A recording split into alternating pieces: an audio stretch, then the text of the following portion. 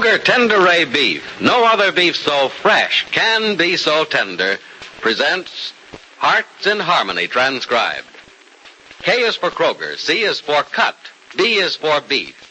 KCB means Kroger cut beef, and Kroger cut beef means more meat for your money. Yes, friends, Kroger cut beef gives you more meat, less waste. And here's why. Before the meat is weighed and priced, the Kroger method of cutting beef removes excess bone, excess waste, and stringy ends. Remember, that's before the meat is weighed and priced. And it's the very top U.S. government grades of beef that's tender, juicy, rich red, and marbled with just the right amount of flavory fat. So you see, you get a better value in top-grade beef. Now, to give you an example, let's take a Kroger cut rib roast.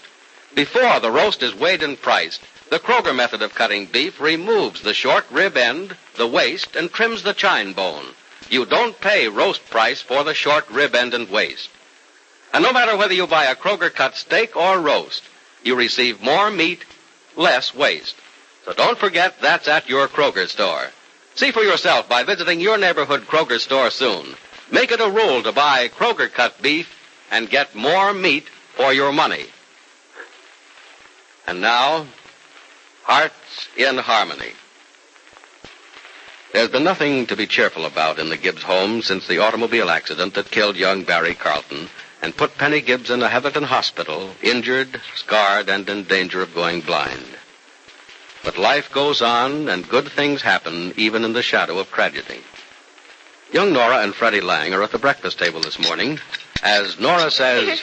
Crickets, Freddie. I'm not a mother yet. Yes, but you're going to be, Nora.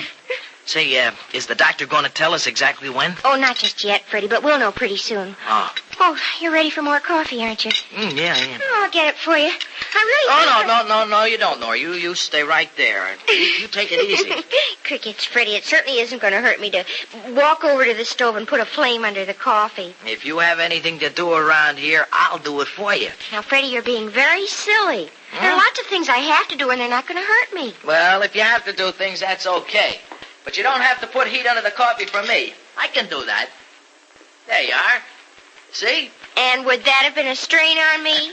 No, but it's walking around when you don't have to and getting up and down when you don't have to. You're going to take it nice and easy from now on, Crickets. Even if I have to hire somebody to come over here and take care of Julie and Valerie in the house for you. Freddie Lang, you won't do anything of the kind because it's just not necessary. Well, Crickets, just because I'm going to have a baby doesn't mean I'm an invalid. Well, I know that, Nora. But, look, you gotta take things kind of lazy at times like these. No, Freddie, the doctor said I could do everything I'm used to doing. In fact, it's better for me if I keep on doing everything I've been doing. Well, I guess we better get us another doctor then. You know, the guy you're going to must not like kids. It's Dr. Ryan. I couldn't do better. Doc Ryan? Mm-hmm. Well, I don't know. Maybe he has his weak moments. Believe me, Freddie, if I follow Dr. Ryan's advice, we'll both be all right. Both be all right? But, Nora, it's no hardship on me having a baby. What do you mean we'll both be all right? The baby and I. Oh. Yeah, I got that one kind of slow, didn't I? Baby and you, huh? Mm-hmm. Yeah. Kind of funny thinking about you as two people. We will be not long from now. We won't be just a couple then. We'll be a family. Yeah, it's going to be 3 of us. Mm-hmm. Maybe 4. Oh, Freddie, no. Well, why not? 1 for you and 1 for me. I'll make a football player out of the boy, and you can make a cook out of the girl. Oh, fine. The boy gets to play games while the girl learns how to work. Well, who's going to marry some tomato who can't cook, huh? Is that why you married me? Yeah, that's just why I married you. After I fell in love with you. Oh, Freddie, that was sweet. Oh, Crickets, the coffee's boiling over. Gosh, I forgot all about it. I'm sorry, Nora. Oh, it isn't any more your fault than it is mine. I'll make a fresh pot for you. No. I'll make it for you if you want some, but I can get some out at the farm. Your dad always has some on the stove. Oh, I don't think I care for any more just now. Well, how come? You always have at least 3 cups. What's the matter, Nora? Don't you feel so good? Yes, I feel fine. Crickets, look me in the eye and tell me that. I'm all right, Freddie, honestly. You didn't keep looking at me when you said that. I told you the truth, though. Honestly, I did. I think I'll get the doc right now. Oh, Freddie, now don't be silly. It's all perfectly natural at a time like this. just feel a little upset once in a while, that's all. It goes away. Yeah? Mm-hmm. I still think I'll get the doc. I knew it, Nora. There's something wrong with you, and we're not going to have any... Unless I hear about a doctor. Oh, hello, Mr. Billings. Nora's sick. No, I'm not, Mr. Billings. Freddie just thinks I am. Going through the pains of becoming a father already, is he, Nora? Yes, he is. You'd think I was going to have the baby tomorrow. Okay, go ahead. Call me a sap if you want to, Nora, but I just want everything to be all right. Can hardly be anything but all right these days, Freddie. Mothers get good care now. Having a baby is the average woman's closest thing to luxury and a vacation. Don't do this, don't do that. Take this, take that. Watch this, watch that. Yes, but Mr. B, Nora's not watching anything. And she's doing everything that she's always done. Freddie, it's much too early to have to worry about anything. How many times do I have to tell you that? Well, I don't care. I still say that you ought to take Freddie, it... you're just like every other prospective father, worrying, suffering, fretting over his wife as if she herself were a child. Didn't used to be that way. My mother had 9 healthy children. The oldest is 85 today and the youngest 57. Yeah? Why, do you know, she was up to milk the cows the day her first child was born. My brother Harry was born at 4 that afternoon. You lived on a farm, Mr. Billings? Yeah, big farm, Nora, upstate. Farm bigger than Freddie's. And my mother did her share of the chores. And believe me, it was a big share of them, too. Even on the days we were born, all 9 of us. Well, I guess maybe women were tougher in those days, Mr. B. Well, my mother was a frail little woman, Freddie. Just a bit of a thing. But the day I was born, they tell me she was up and around the house just as she always was. Now, you see, Freddie, it doesn't hurt to do the things you always do, and that's just what Dr. Ryan said. Yes, but Nora, that was then, and this is now. And that was Mr. B's mother, and you're you. It's a whole lot different. Yes, it is a lot different. With doctor's care, constant watching and checking, all that goes on when the child is born and after. But having a child in my mother's day, and in our circumstances especially, the birth of a child was just one of the ordinary events of ordinary living. And to my dad, a new child was a new farmhand or someone to help around the house. Well, no kid of mine is ever going to do a lick of work until he's out of school, Mr. B. No, you wouldn't deprive him of the satisfaction of earning his own money on summer jobs and odd jobs after school, would you, Freddie? Well, no. That is, if he wants to work, I think what Freddie means is that our baby's going to be spoiled. You bet your life he's going to be spoiled, Nora. Both of them. Counting your children before they're born, eh, Freddie? Freddie wants us to have twins. Well, that might not be a bad idea. Sure, it's twice as good an idea as having one. You're right. Say, look, Mr. B, will you keep an eye on Nora when I'm not around? I don't want her to do anything that's too tough. I'll keep her in my easy chair with her knitting, if it'll make you happy, Freddie. It's the only thing that will make me happy. Crickets, wouldn't I be happy sitting in an easy chair for months? Oh, say, you better hurry out to the farm or you'll be late, Freddie. Yeah, I guess maybe I better. I told your dad I'd be early, too. Well, goodbye. You aren't going to forget something, are you? Oh, gosh, no. Goodbye, Nora. Bye, darling. I can take care of that department for you, Freddie. Mr. Billings. Well, if you still think you've got the glamour to get away with it, Mr. B, you're still welcome to try. Bye. He's going to be a long-suffering father, isn't he, Nora? He's going to spoil me as much as he intends spoiling our baby.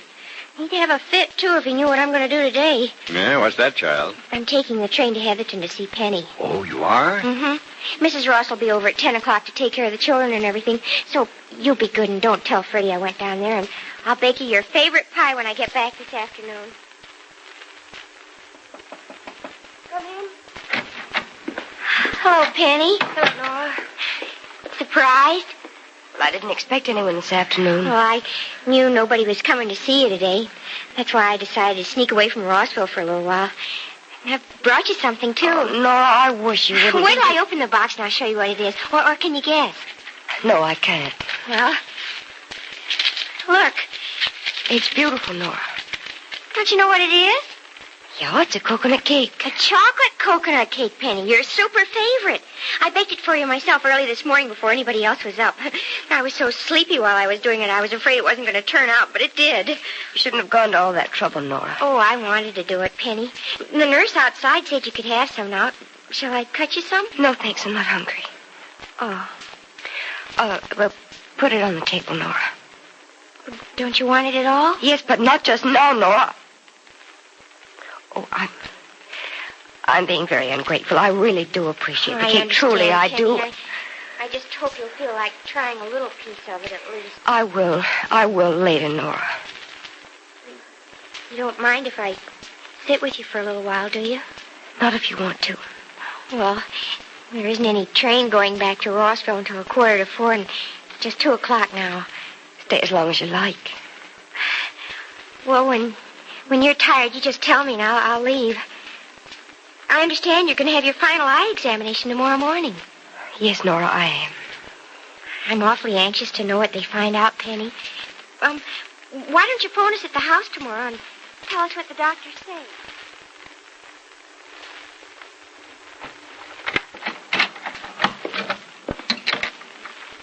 Come home, everybody. Well, Nora, just in time to bake me that pie, eh? Oh, crickets, Mr. Billings. I forgot to stop at the grocer's for the apples. Forgot? Doesn't sound like you forgot anything, child. Something go wrong at the hospital? No, I guess not, but... Oh, it was so hard to talk to Penny. I didn't know what to say to her, and she hardly talked at all. How'd she like your cake? Didn't make the slightest impression on her. No? And Mr. Billings, she didn't once mention anything about the baby. She just wasn't Penny, not even the least little bit. Well, what can you expect, Nora? Penny's whole life has had an abrupt and cruel change. She may never be the same Penny Gibbs who left here to marry young Carlton. I know, Mr. Billings. You don't know, Nora. None of us know. After a long, hard session of crying, she may throw off the burden she carries because of the tragic event of the recent past. But no matter how straight she walks or how high up she holds her head, she'll always feel the pain of a wounded heart. Is Jed right? Will time never blot the tragic memory of Barry Carlton from Penny's mind and heart? And what will Penny learn tomorrow about her eyes? Be sure to listen to the next dramatic episode of Hearts in Harmony. KCB. KCB. KCB means Kroger cut beef, and Kroger cut beef means more meat for your money. Yes, Kroger cut beef gives you more meat, less waste. That's because before the meat is weighed and priced, the Kroger method of cutting beef removes excess bone, excess waste, and stringy ends. You get more meat, less waste in Kroger cut beef. It's top U.S. government grades of beef, tender, juicy, rich red, and marbled with just the right amount of flavory fat. So visit your neighborhood Kroger store and buy your favorite cut of beef. If you can get a Kroger cut sirloin steak, you'll notice that before the steak is weighed and priced, the Kroger method of cutting beef removes the stringy end, the waste, and the excess bone. Remember, whether you buy a steak or roast, Kroger cut beef gives you more meat for your money. But remember, ladies, you can buy a Kroger cut steak or roast only at Kroger stores. Make up your mind right now to visit your neighborhood Kroger store without delay. Your Kroger meat man has just the cut of beef you want. It's delicious and juicy. It's top-grade beef that will thrill your family. Make it a rule to buy Kroger cut beef and get more meat, less waste, which means you get more meat for your money at your Kroger store. Listen again tomorrow, same time, same station, for another exciting transcribed chapter of Hearts in Harmony.